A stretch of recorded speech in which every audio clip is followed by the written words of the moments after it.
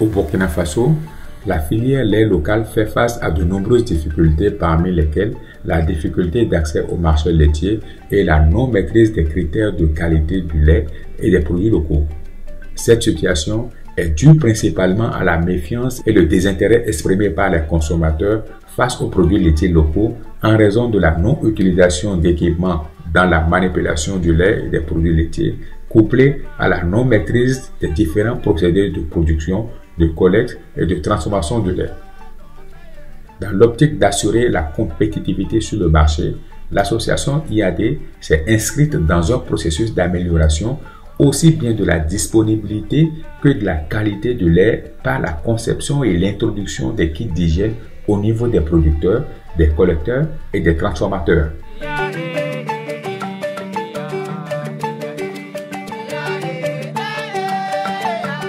Au terme de nos activités de recherche, nous avons identifié des problématiques à des points donnés. Donc on a regardé la filière et les maillons. On a créé 3 kits. Il y a le premier maillon qui est le maillon producteur, ferme, un kit. Il y a ceux qui sont chargés de la collecte, un kit. Et il y a ceux qui sont chargés de la transformation. Voilà les 3 niveaux.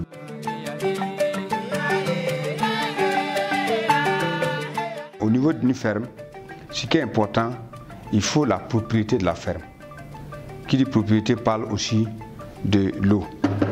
Si vous regardez un kit, donc ce bidon-là, c'est pour que le producteur ait de l'eau de qualité. Deuxièmement, l'animal doit être propre. Si l'animal est propre, il faut que celui qui collecte le lait soit propre aussi. Il faut qu'il ait un habit spécial dédié à la traite. Voilà pourquoi vous voyez des blouses. Maintenant, une fois que le lait est collecté, mais le lait, pendant la collecte, doit être dans un récipient, en tout cas qui est propre aussi. Donc voilà pourquoi vous avez ça. Ce sont des récipients sur lesquels les micro-organismes ne peuvent pas se déposer pendant longtemps. Voilà. Donc c'est ça qui est. Donc on a remarqué que même si un animal est propre, si ce récipient n'est pas propre, c'est difficile. Voilà pourquoi il y a ces récipients. Maintenant, même quand on collecte le lait dans ces récipients, compte tenu des conditions de la ferme, le lait est toujours contaminé. Mais pas par des micro-organismes forcément pathogènes. C'est pour cela qu'on a prévu dans les kits un tamis. Parce qu'il y a d'autres débris qui ne sont pas forcément des êtres vivants. Donc il faut bloquer et puis pour que le lait puisse être conservé. Maintenant, à la ferme déjà, le levure à ça, hermétiquement fermé, on a tenu compte de sa capacité de production aussi. Si vous regardez ça, ça vaut 20 litres. Ça veut dire 15 à 20 litres.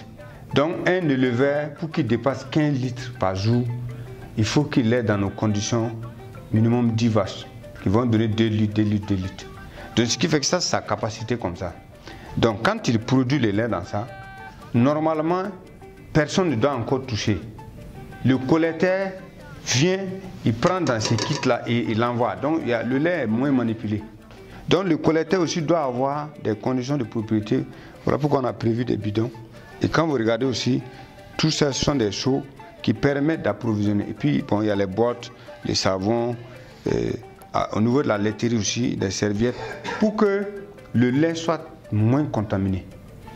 Donc, nous avons la composition qu'on a donnée. Donc, il y a les kits aux 3 niveaux, ferme, collecteur et puis unité de transformation. Donc, voilà brièvement les kits.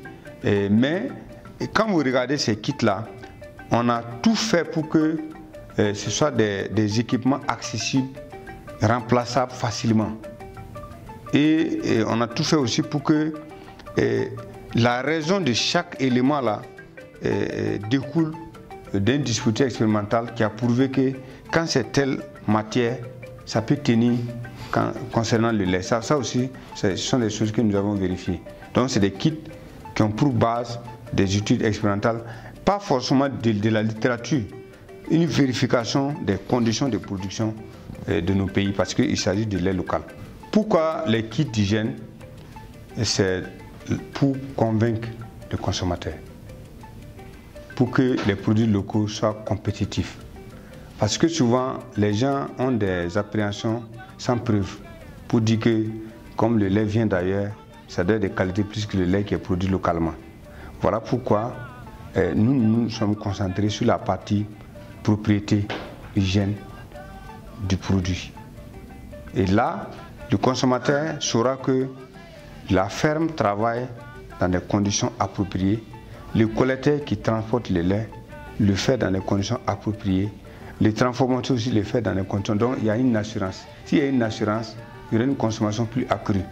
Parce que c'est la consommation des producteurs, des consommateurs qui va tirer la production et la filière.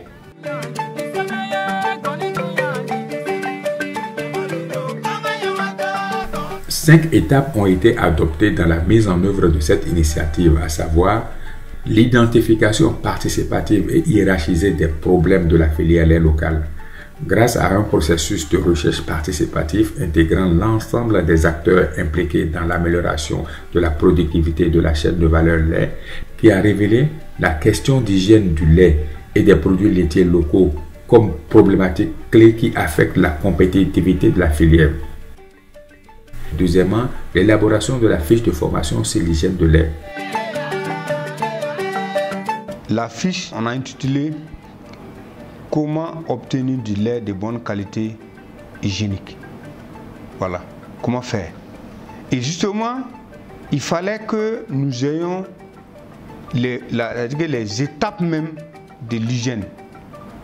Et la vache, la ferme, l'éleveur, toutes les étapes jusqu'à la fin. Troisièmement, la formation des acteurs conformément à la fiche. L'objectif, c'était augmenter leurs connaissances et non seulement qu'ils sachent qu'on peut faire autre chose en dehors de cailler le lait simplement comme ils faisaient d'habitude dans les calebasses et puis aller vendre en détail avec les louches, mais qu'ils pouvaient aussi transformer et conditionner et pour qu'ils puissent mieux vendre et pour avoir encore plus de bénéfices. Et aussi au niveau des qualités, ça ne sera pas la même chose. Qualité, hygiène et visibilité. Donc tout ça là, ça renforce et ça apporte plus.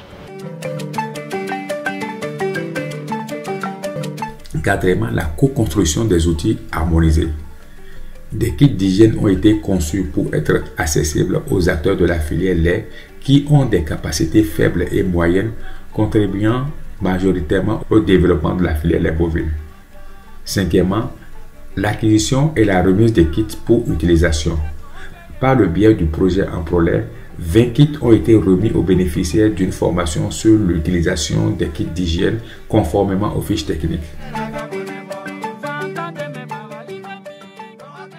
On a pu convaincre des cadres d'une mine où il n'y a pas seulement que des Burkinabés.